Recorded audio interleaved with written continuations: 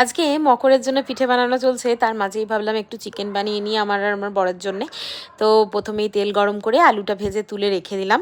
তারপরে দিয়ে দিলাম হচ্ছে একটা তেজপাতা, তার মধ্যে দিয়ে দিলাম পেঁয়াজ কুচি। পেঁয়াজ কুচিটা একটু ভাজা হলেই দিয়ে দিয়েছি হচ্ছে ম্যারিনেট করে রাখা মাংসগুলো। তার মধ্যে শুধু নুন, হলুদ, লঙ্কা, জিরে দিয়ে ম্যারিনেট করে রেখেছিলাম মাংসটা, সেটাই দিয়ে দিলাম। দিয়ে ওটাকে একটু নাড়াচাড়া করে দিয়ে দিয়েছি হচ্ছে আদা, রসুন, কাঁচা লঙ্কা, ধনে, পেঁয়াজ সব কিছুর পেস্ট, সেটা দিয়ে তারপর একটু মিশিয়ে নিয়ে লঙ্কা, হলুদ, জিরে, নুন সব কিছু দিয়ে ভালোভাবে কিন্তু মাংসটা কষিয়ে নিলাম।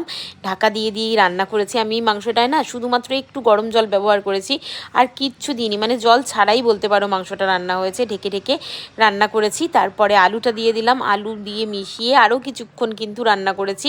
মাংস থেকে কিন্তু অনেকটা জল বেরোয়, আর পেঁয়াজ আর মশলার থেকেও অনেকটা জল বেরোয়। আর নামানোর আগে কিন্তু গরম মশলা ছড়িয়ে দিয়েছি। আজকে ডাল, ভাত আর মাংস এটাই ছিল মেনু। ডাল দিয়ে কিন্তু এরকম কষা চিকেন খেতে জাস্ট ফাটাফাটি লাগে।